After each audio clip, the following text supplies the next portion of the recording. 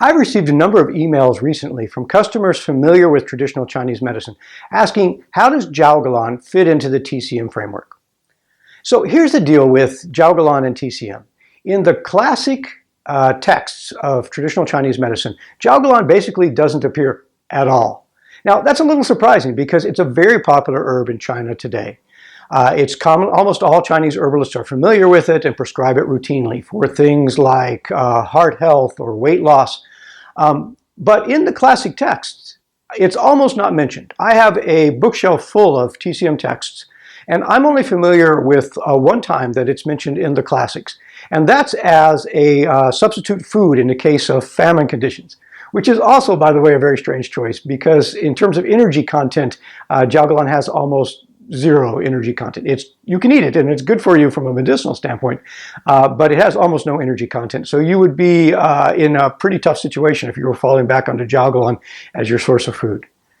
So why isn't it mentioned in the classic texts? The classic TCM texts were largely commissioned by the Chinese royal family or wealthy nobles in the northern part of China. And naturally, they chose physicians that they were familiar with, meaning northerners. Jiaogulan is indigenous to 3 provinces in southern China. So these northern physicians were basically just not familiar with Jiaogulan, and so they failed to mention it in the classics. It became popular in China in the 1970s as the result of the 1970s national census in China, which found an unusually large number of people living to over age 100 in these 3 southern provinces. The governments assigned a team of people to research this, led by Dr. Jiaogulan. And after 10 years of research, they found that the only factor they could attribute the increased longevity to was the regular consumption of Jiaogulan tea in these 3 southern provinces. This led Dr. Jiaogulan to dedicate most of his professional career to researching Jiaogulan. And he accumulated a tremendous and impressive body of research, both clinical and laboratory studies, on the health benefits of Jiaogulan.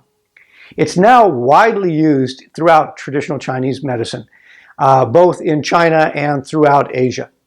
And of course, it's now been fit into the TCM framework. So in modern use of traditional Chinese medicine, Jiaogulan is considered to be beneficial to the lung meridian, the heart meridian, the kidney meridian, and the spleen meridians. And it's commonly prescribed for cold and flu symptoms, boosting the immune system, heart health, weight loss, and for balancing hormones. And overall, it's considered a tonifying herb and used for longevity. I hope that answered your question and was helpful. I'm Ralph Kinney, founder of Immortalitea, where we bring you ancient solutions to your modern health problems.